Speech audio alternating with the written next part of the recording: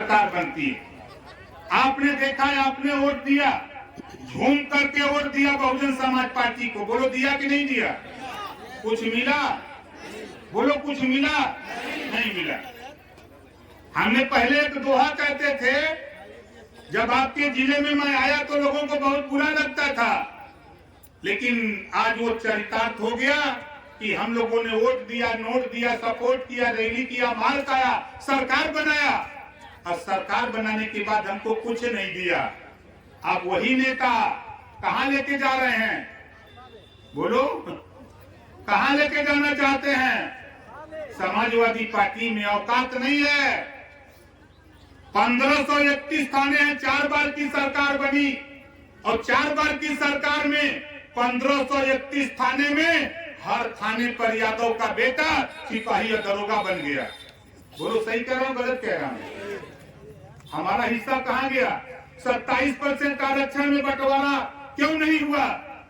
नाई, गोड़पाल, प्रजापति, बिंद, केवट, मल्ला, राजभर, चौहान, आरेकर, कबंसी, बंजारा, बहरिया, खन्ना, जुलाहा, दुनिया, सारी, साईं, गली, फकीर, शेख, सैयद, पठान कहां गया इसका हिस्सा?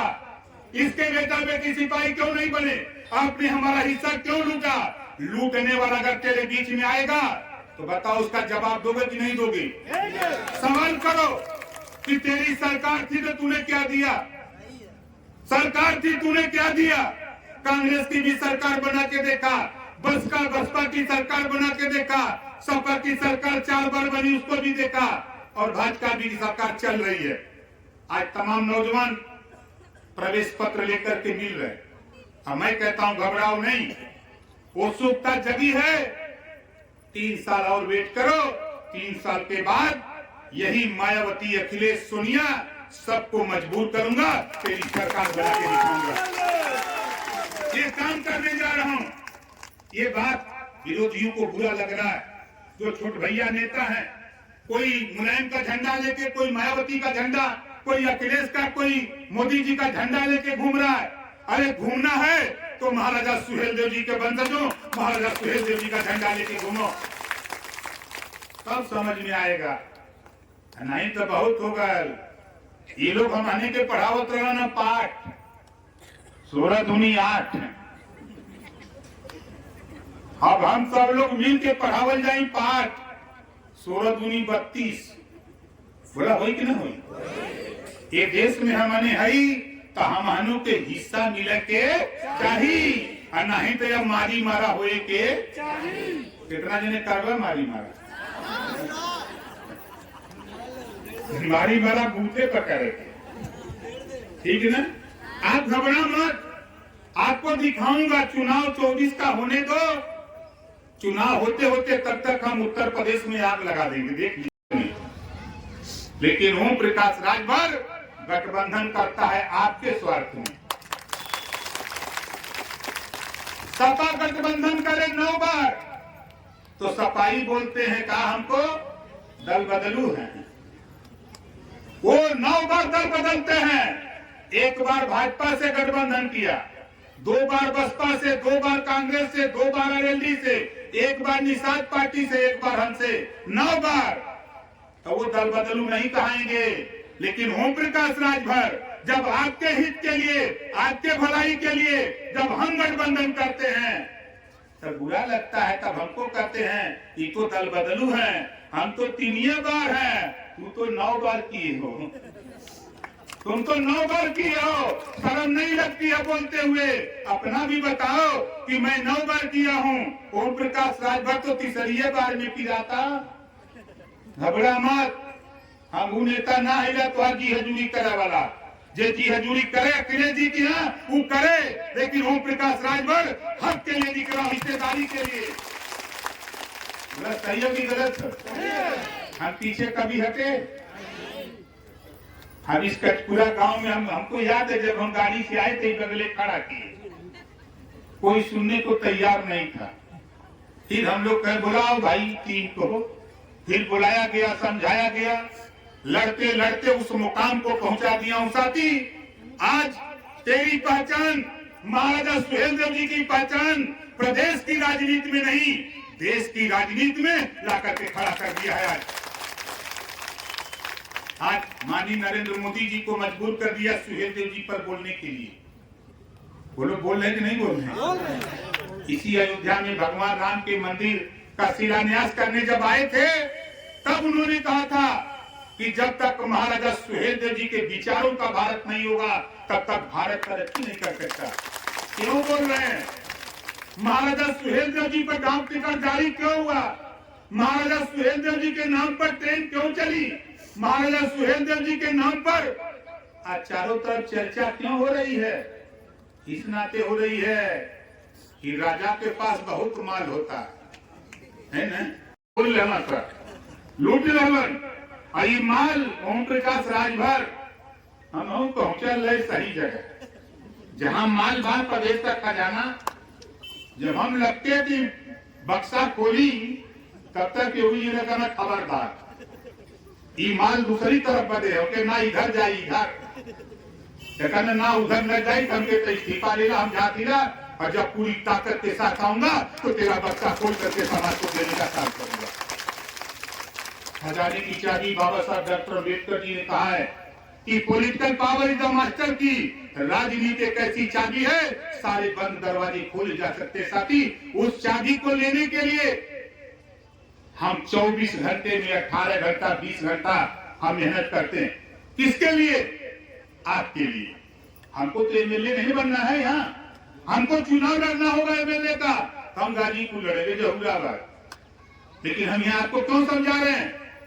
आपको गुलाम बना करके सदियों से, कभी बसपा में, कभी सपा, कभी भाजपा, लेकिन किसी नेता की औकात नहीं है कि चाहे नरेंद्र मोदी जी हो, चाहे अमित शाह जी हो, चाहे योगी जी हो, और चाहे अखिलेश जी हो, चाहे मायावती जी हो, चाहे सोनिया जी हो, उनके सामने बोला का कोई नेता के औकात हो का हो?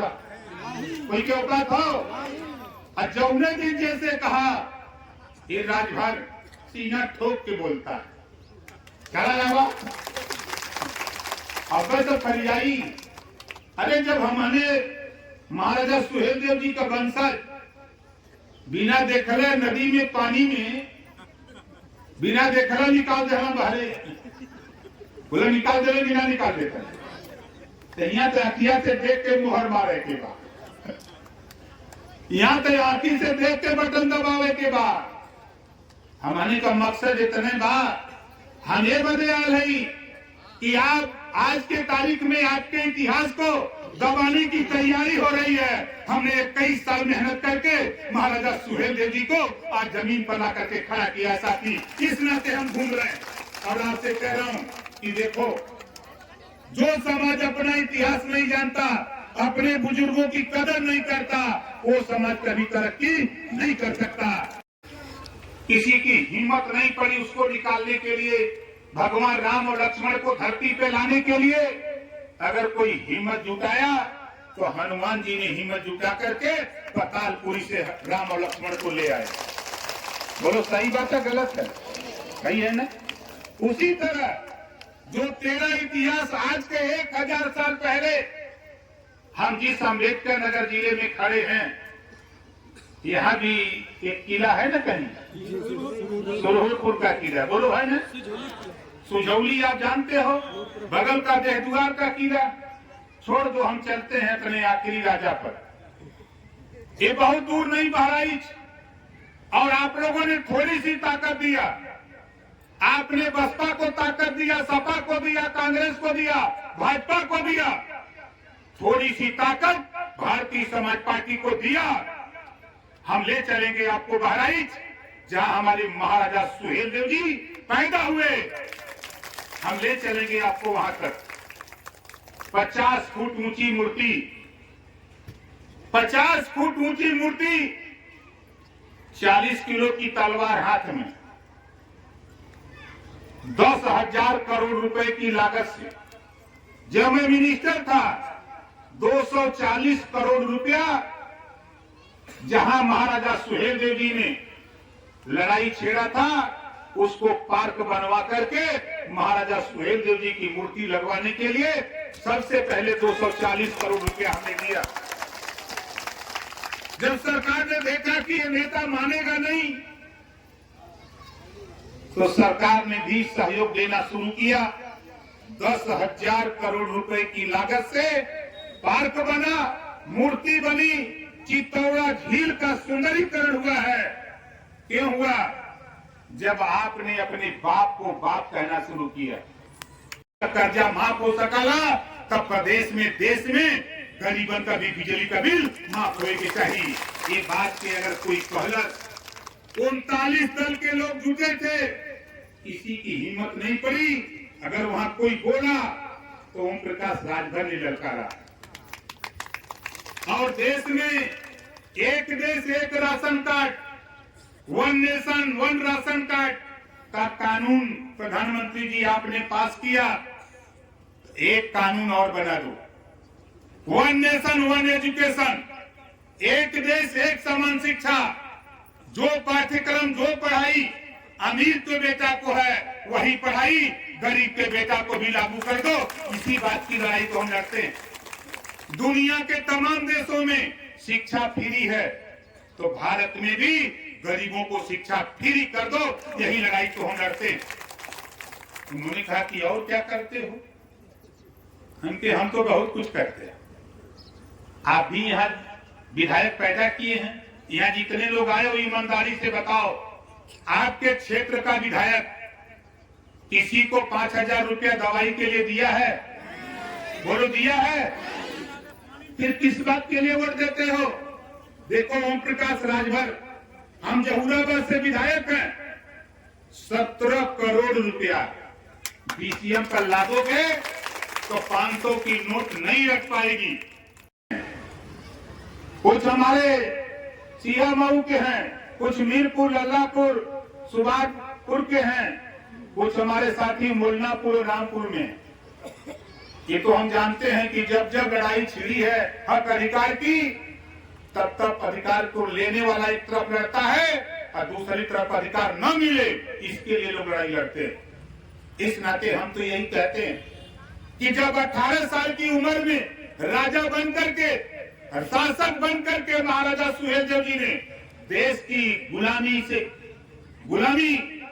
की जंजीरों से जकड़ने के लिए जब विदेशी आक्रमणकारी आया, उसको नेस्तनाबूद कर दिया, तो ओम प्रकाश राजभर कह रहा शासक हूं, शासक। हमारे राजा थे, हमारे पूर्वज इस देश के राजा थे, हम गुलामी नहीं, हम राजभर भाइयों तुझे राजा बनाना चाहते हैं। सुहेलदेव जी की तरह हम राजा बनना चाहते हैं।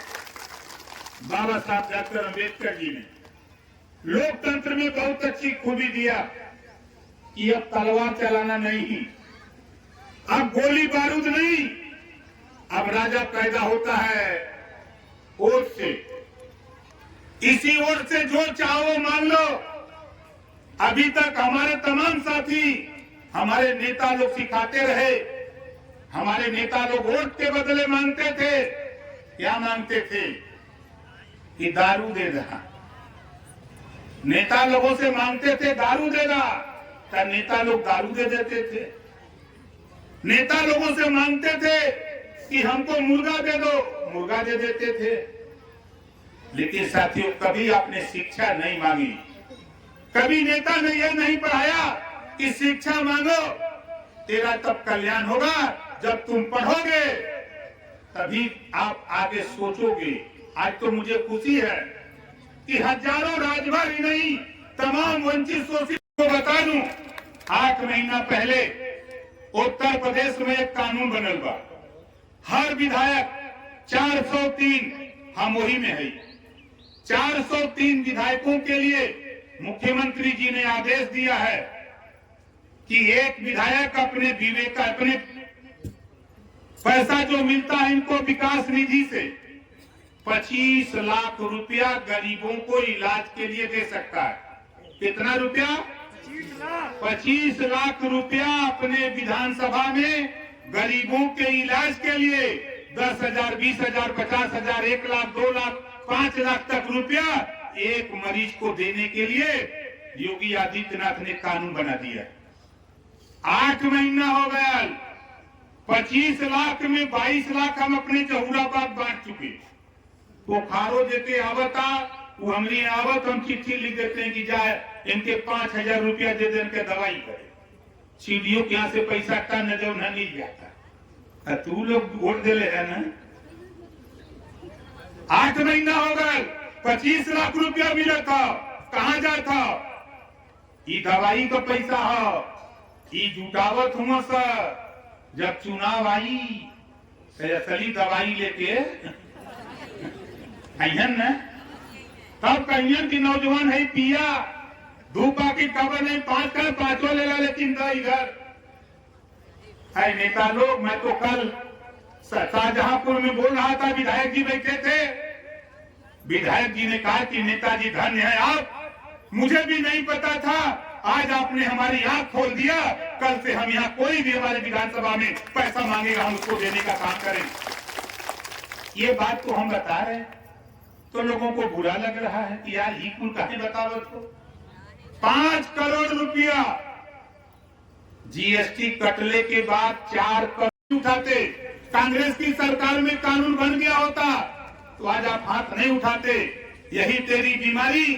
18 जुलाई 2023 को मोदी जी के सामने दिल्ली में जब उन्होंने पूछा तो हम अपनी भाषा शैली में बताना शुरू किए।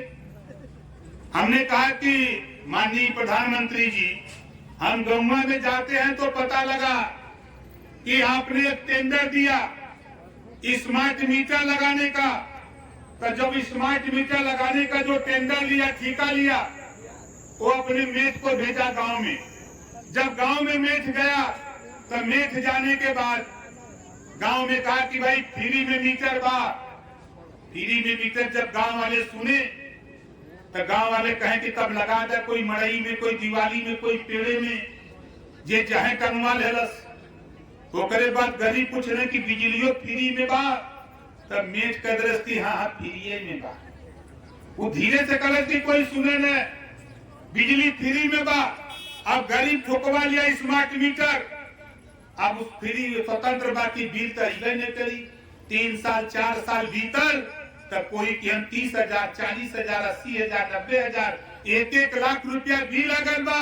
प्रधानमंत्री जी, ये सच्चाई बा, एक आप महसूस करा। अगर ये देश में दिल्ली में बैठ के आप लोग अपने बेटा बेटी को पढ़ाइए जरूर। और मैं तो आज से नहीं, 2002 से जब से पार्टी बनी है तभी से माननीय मंत्री जी की एक मांग है कि हमारी माताओं बहनों का संघर्ष किस दिन बदलेगा।